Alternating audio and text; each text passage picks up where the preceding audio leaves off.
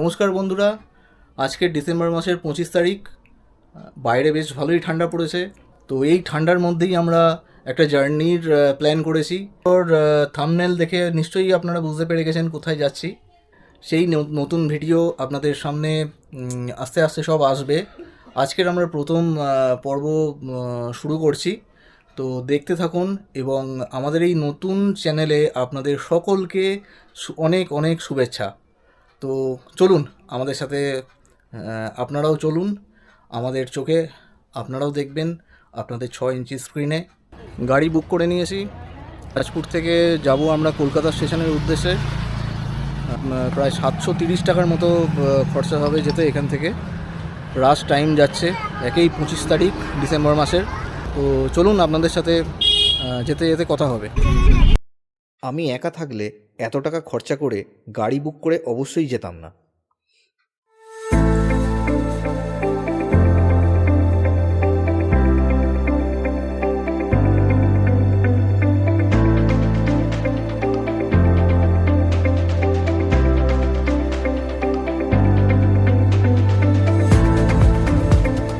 এটা আমার প্রথম ট্রাভেল ব্লগ ইউটিউবে। সঙ্গে ফ্যামিলি, ছোট বাচ্চা থাকলে ব্লগ করা বেশ কঠিন হয়ে পড়ে, সেটা আগে বুঝতে পারিনি। যাই হোক, এখন আমরা রাজপুরের জ্যাম পেরিয়ে এগিয়ে চলেছি। মনে মনে একটা চিন্তা হচ্ছিল, আমরা এতজন একসাথে যাচ্ছি, কেউ যেন অসুস্থ না হয়ে পড়ে ওই পাহাড়ি তীব্র ঠান্ডাতে।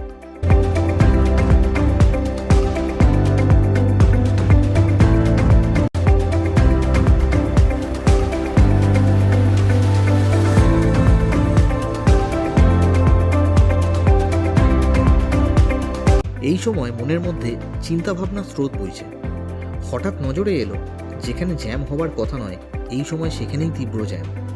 কিছুক্ষণ জ্যামে ওয়েট করার পর আমাদের গাড়ি যখন চলতে শুরু করলো, তখন আস্তে আস্তে দেখতে পেলাম পাটুলি মোড়ে বড়দিন উপলক্ষে একটা অনুষ্ঠান হচ্ছে। সেখানে টেলিজগতের নক্ষত্রদের সমাগম, যার ফলে মানুষের ভিড় উপচে পড়েছে।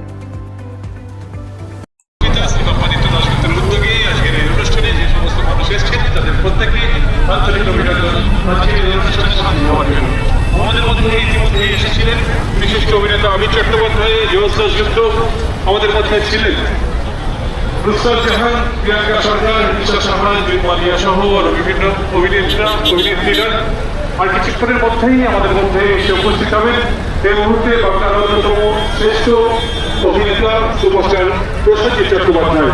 আর কিছুক্ষণের মধ্যেই আমাদের মধ্যে এসে উপস্থিত হবেন। আমরা তাকে বরণ করাবো আজকের এই সন্ধ্যায় আমাদের হৃদয়ের মাঝে। এবং বাপ্পাদিত্য দাশগুপ্তর আয়োজনেই আজকে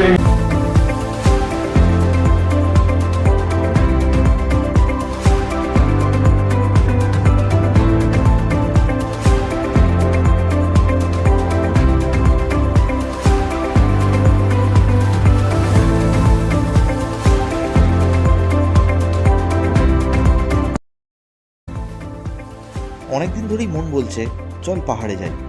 সেই মতো বন্ধুদের সাথে মিট করা, তারপর কোথায় যাওয়া হবে, কবে যাওয়া হবে সেটা ঠিক করে নেওয়া। আমরা বেছে নিয়েছিলাম ডিসেম্বর মাসের শেষের দিকে, কারণ এই সময় প্রায় সব স্কুলেই ছুটি থাকে, যাতে বাচ্চারাও আমাদের সাথে আনন্দে সামিল হতে পারে, কারণ ওদের ছাড়া আমাদের এই ট্রিপটাই যে অসম্পূর্ণ। মোটামুটি আমাদের 1 ঘন্টা 15-20 মিনিটের মতো সময় লাগলো। তো কলকাতা স্টেশনের বাইরেটা দেখে নিন, ঠিক এই রকম। ট্রেন ছাড়তে দেরি হবে দেখে আমরা ডিনারটা আয়োজন করেছিলাম প্ল্যাটফর্মে। খাওয়া দাওয়ার পর্ব শেষ করে ট্রেনে উঠতে না উঠতেই ট্রেন ছেড়ে দিল, কারণ প্রচুর প্যাসেঞ্জার ট্রেনের গেট ধরে দাঁড়িয়েছিলেন। লাগেজ নিয়ে সবাই একসাথে উঠতে গিয়ে মারাত্মক ক্যাওসের সৃষ্টি হয়।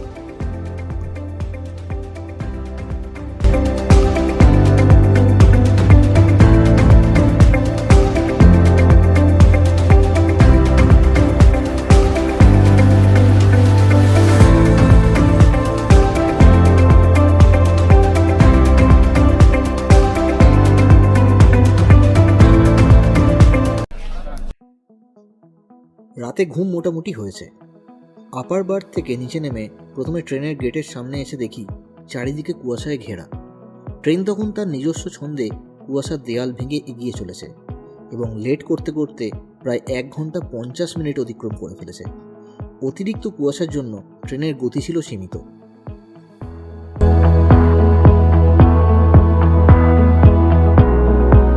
আপনারা চাইলে এই গরিব রথ এক্সপ্রেস অ্যাভয়েড করতে পারেন। নিউ জলপাইগুড়ি আসার অনেকগুলো ট্রেন আছে, সেই ট্রেনগুলোতে নিউ জলপাইগুড়ি আসতে পারেন। ট্রেনের নাম আর সময় স্ক্রিনে আমি দিয়ে দিলাম।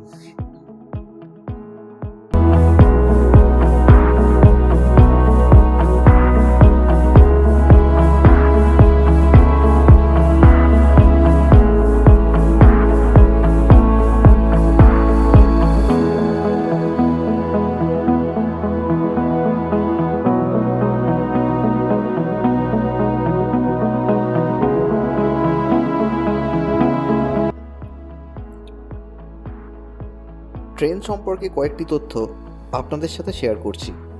Train number 12517 up Kolkata station Guwahati গরিব রথ এক্সপ্রেস। ট্রেনটি কলকাতা স্টেশন থেকে তার নির্ধারিত সময় রাত 9টা 45 মিনিটে ছেড়ে পরের দিন এনজেপি পৌঁছয় সকাল 7টা 40 মিনিটে। 566 কিলোমিটার এই দীর্ঘ পথ অতিক্রম করতে মাত্র 7টা স্টেশনে থামে। এর প্রথম স্টপেজ হলো ব্যান্ডেল জংশন, তারপর একে একে আসবে নবদ্বীপ ধাম, কাটোয়া, আজিমগঞ্জ, জঙ্গিপুর রোড, মালদা টাউন, কিষানগঞ্জ এবং নিউ জলপাইগুড়ি। ট্রেনটির টোটাল 18টি কোচের মধ্যে 16টি এসি 3 টায়ার এবং 2টো পাওয়ার কার। এই ট্রেনটি প্রথম চালু হয় 2008 সালের 30শে মার্চ। বর্তমানে আইসিএফ থেকে এলএইচবি কোচে ট্রেনটিকে পুরোপুরি রূপান্তর করা হয়েছে। ট্রেনটির ম্যাক্সিমাম অপারেশনাল স্পিড হলো 130 কিলোমিটার প্রতি ঘন্টা এবং অ্যাভারেজ স্পিড 55 কিলোমিটার প্রতি ঘন্টা।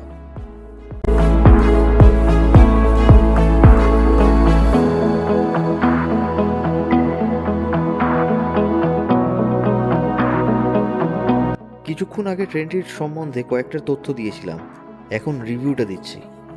ট্রেন ছাড়া নির্ধারিত সময় রাত 9টা 45 মিনিটে হলেও প্রায় 45 মিনিট পরে ট্রেনটি ছাড়ে, কারণ প্ল্যাটফর্মে দাঁড় করিয়ে রেখেই ক্লিনিংয়ের সমস্ত কাজ সম্পন্ন হয়।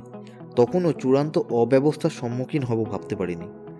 ট্রেনের ভেস্টিবিউলের মাঝে বড় বড় ভেজা বস্তা থাকায় একটা কোচ থেকে আর একটা কোচে যেতে আসতে খুবই অসুবিধা হচ্ছিল এবং ট্রেন ছাড়া ঘন্টা 2-3 মধ্যে বেশ কিছু কোচের টয়লেটে জল শেষ হয়ে যায়, যার ফলে আমাদের মতো সাধারণ প্যাসেঞ্জারদের খুবই অসুবিধায় পড়তে হয়েছে। এই গরিব রথ এক্সপ্রেসের সিটগুলো অন্যান্য ট্রেনের তুলনায় চওড়া কম এবং মুখোমুখি দুটো সিটের যে মধ্যবর্তী জায়গা আছে তার মধ্যে স্পেস অনেক কম।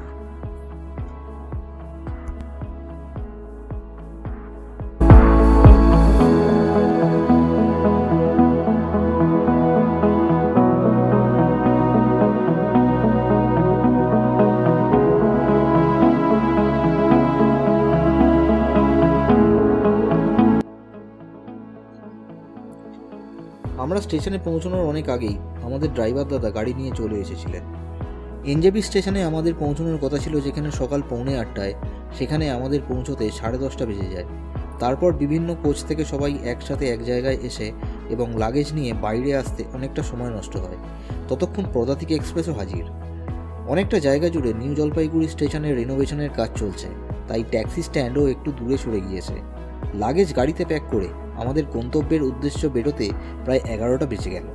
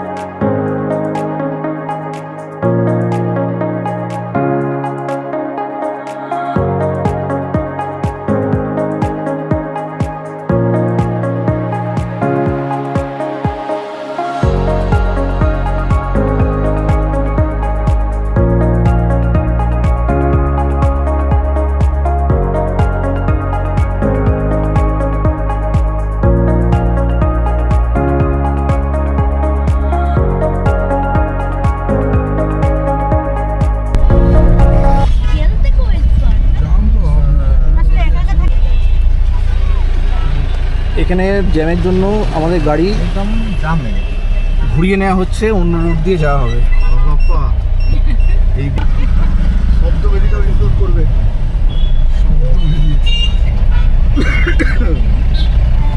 आप बोल दिया उसके बाद इधर घुस रहा है।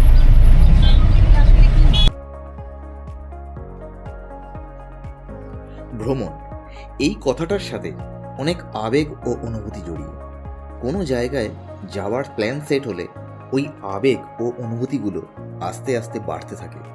জার্নির তারিখ যত এগিয়ে আসতে থাকে, মনের কোণে ভালো লাগাগুলো যেন ছটফট করতে থাকে, ঠিক যেন পুজো আসছে সেই রকম একটা ভাইব। জানি এই জিনিসটা আমার মতো আপনাদেরও হয়।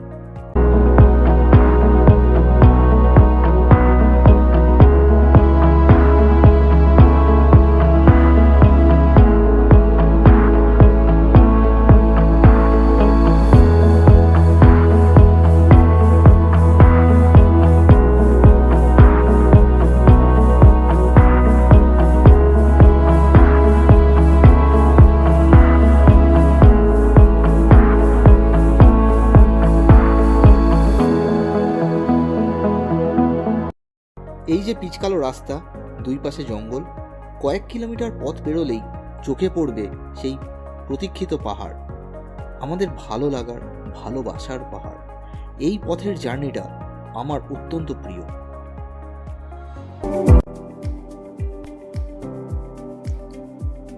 দুই পাশের মহানন্দার জঙ্গল ছিঁড়ে ভালোবাসার মানুষকে সাথে নিয়ে আপনারাও যখন এগিয়ে যাবেন, হয়তো আপনাদেরও মনে হবে সেই পুরনো দিনের কথা। হয়তো আপনি কথা দিয়েছিলেন তোমাকে পাহাড়ে ঘুরতে নিয়ে যাব, কিন্তু কোনো এক অজানা বাধায় পড়ে আপনি কথা রাখতে পারেননি, কিন্তু আজ পেরেছেন। সামনাসামনি না হলেও মনে মনে নিশ্চয়ই বলবেন, দেখো আজ আমি পেরেছি, তোমাকে দেওয়া কথা এখন রাখছি। সেই সময় হয়তো দেখবেন তার চোখের কোণটি যেন ছলছল করে উঠেছে, কারণ সেও একই কথা হয়তো আপনার মতোই ভাবছিল।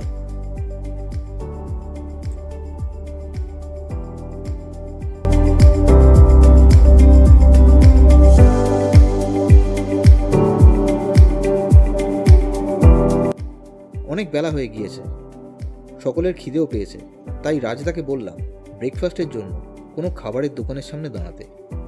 হ্যাঁ, রাজদা হচ্ছে আমাদের গাড়ির ড্রাইভার। এই প্রিয়া হোটেল অ্যান্ড রেস্টুরেন্টে আমরা সকালের জলখাবার খেলাম, যদিও লাঞ্চ করার সময় তখন।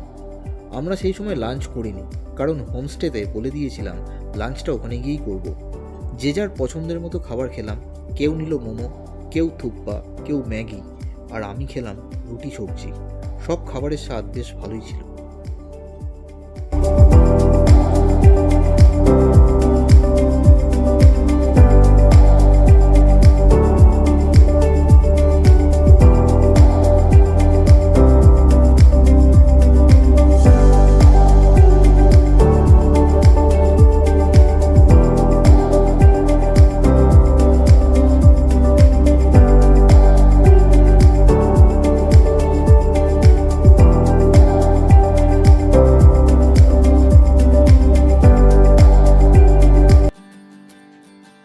সকালের ব্রেকফাস্ট করে, সেবকের জ্যাম কাটিয়ে, তিস্তাকে সঙ্গী করে নিয়ে আমরা আমাদের গন্তব্যে এগিয়ে চললাম।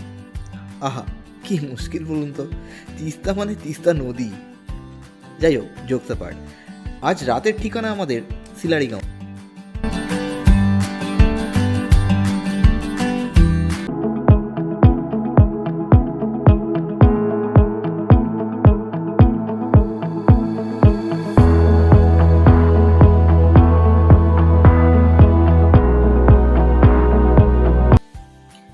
আমার কাছে গন্তব্যে পৌঁছানোটা যতটা ইম্পর্টেন্ট, সাইট সিন করাটাও ততটাই ইম্পর্টেন্ট। আবার এই যে জার্নিটা করছি, এটাও ঠিক ততটাই ইম্পর্টেন্ট। আমার মতো যারা আছেন অবশ্যই কমেন্টে জানাবেন। পাহাড়ের প্রতিটা বাঁক, সাথে সবুজের সমারোহ, নদী, নয়নাভিরাম প্রকৃতি, এটাই তো সেরা প্রাপ্তি।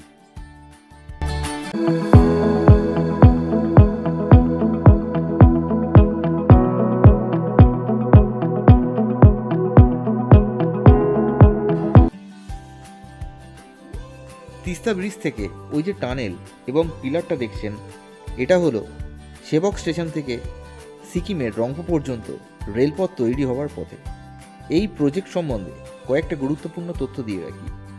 সেবক থেকে রংপো পর্যন্ত মোট দূরত্ব হলো 45 কিলোমিটার। এই সম্পূর্ণ যাত্রাপথে 14টা টানেল, 28টা ব্রিজ এবং 5টা স্টেশন থাকবে। স্টেশনগুলো যথাক্রমে সেবক, রিয়াং, তিস্তা বাজার, মেলি ও রংপো। ভবিষ্যতে এই প্রজেক্ট দুটো ফেজে এক্সপ্যানশন হবে, রংপো থেকে গ্যাংটক এবং গ্যাংটক থেকে নাথুলা। এইবার নিশ্চয়ই বুঝতে পারছেন এই প্রজেক্টের গুরুত্ব কতটা অপরিসীম।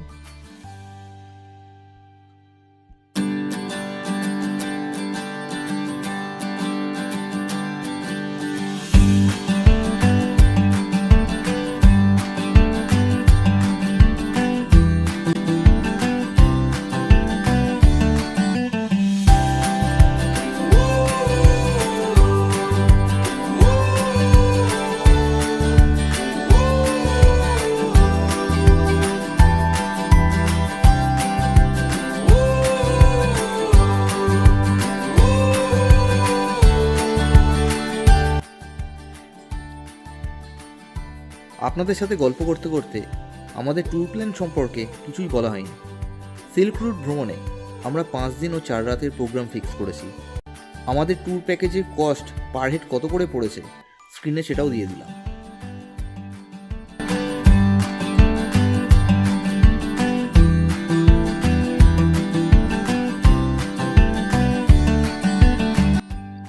আসন্ন 4 রাতের মধ্যে আমরা প্রথমে থাকব পশ্চিমবঙ্গে কালিম্পং জেলার সিলারিগাঁওতে, তার পরের 2টো রাতে থাকব পূর্ব সিকিমের জুলুকে এবং শেষে থাকব পশ্চিমবঙ্গ ও সিকিম বর্ডার ঋষি নদীর ধারে ঋষিখোলাতে। আপনারা চাইলে এই সিল্ক রুট ট্যুর প্ল্যান 3 রাত ও 4 দিনেরও করতে পারেন, অথবা আর কয়েকদিন বেশিও রাখতে পারেন। অবশ্যই সেটা আপনাদের বাজেটের কথা মাথায় রেখে। আমাদের এই ভিডিওগুলো এপিসোড ওয়াইজ আসবে। এই ট্যুরে আমাদের এক্স্যাক্ট কত খরচ হলো, এই ঠান্ডায় আমাদের এক্সপিরিয়েন্স কেমন ছিল, সকলে কেমন এনজয় করলাম এবং এই সময় এখানে আপনারা আসবেন কিনা, এই সমস্ত তথ্য আমার শেষ পর্বে আলোচনা করব। তাই এপিসোডগুলো স্কিপ না করে দেখবেন, আশা করি আপনাদের ভালো লাগবে।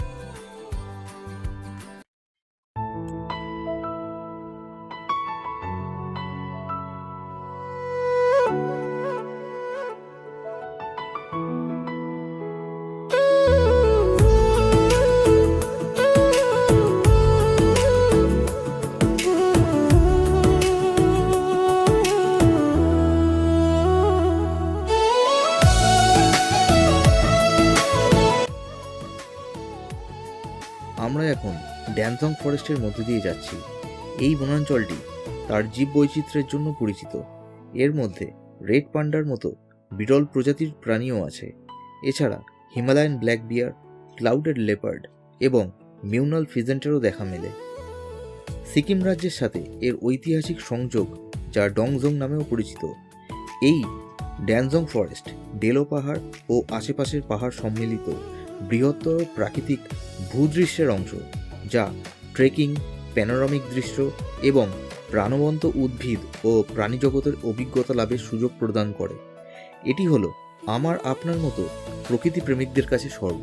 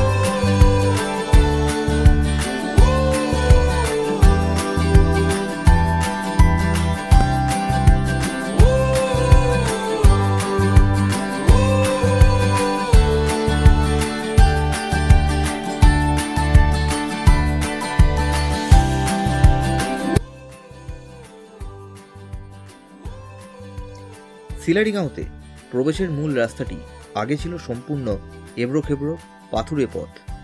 আমাদের গাড়ির চালক রাজদাকে এই রাস্তা সম্বন্ধে জিজ্ঞাসা করাতে বললেন, এখন রাস্তা একদম ভালো হয়ে গেছে, যেতে কোনো অসুবিধাই হবে না আপনাদের।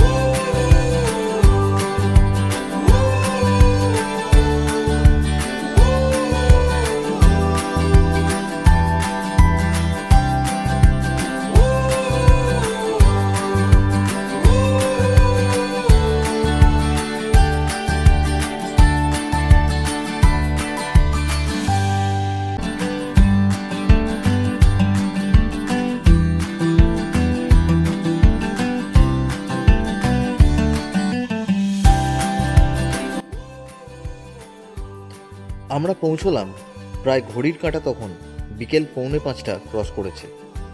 ঘরে ব্যাগপত্র রাখার আগে হোমস্টের ব্যালকনিতে এসেই মেঘাবৃত পাহাড় থেকে তার চূড়াটুকু দেখতে পেলাম, যেটা খালি চোখে দেখা গেলেও ক্যামেরাতে ধরা দিল না। মনে মনে ভাবলাম, শেষবেলায় যখন কাঞ্চনজঙ্ঘাকে দেখতে পেয়েছি, আগামীকাল হয়তো নিরাশ হব না।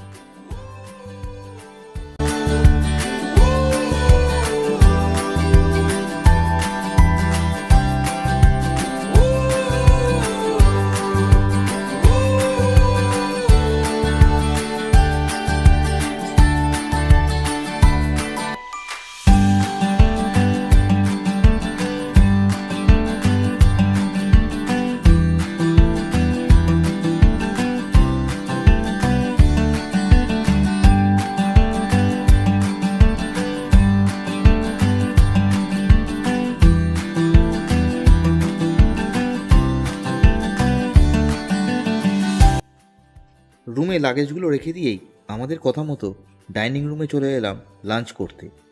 সন্ধ্যের সময় আমরা লাঞ্চ শুরু করলাম। মেনুতে ছিল ভাত, ডাল, পাঁপড় ভাজা, স্কোয়াশের সবজি, স্যালাড আর ডিমের কারি। খাবারগুলো সব গরমই ছিল। প্রচণ্ড খিদে পাওয়াতে গরম গরম খেতে বেশ ভালোই লাগছিল, আর খাবারের স্বাদ ছিল ঠিকঠাক।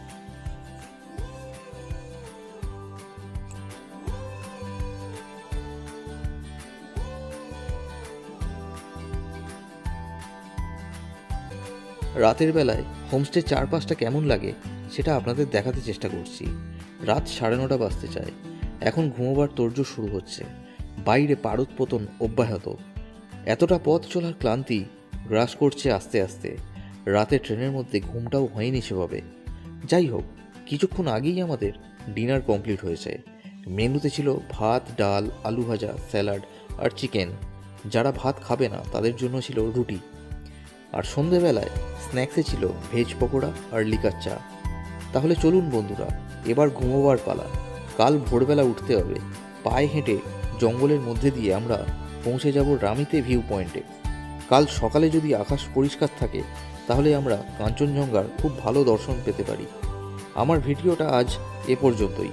পরের পর্বে আবার দেখা হবে। ভিডিওটা ভালো লাগলে অবশ্যই লাইক, কমেন্ট এবং শেয়ার করবেন। ও হ্যাঁ, সাবস্ক্রাইব করতে কিন্তু ভুলবেন না। শুভরাত্রি।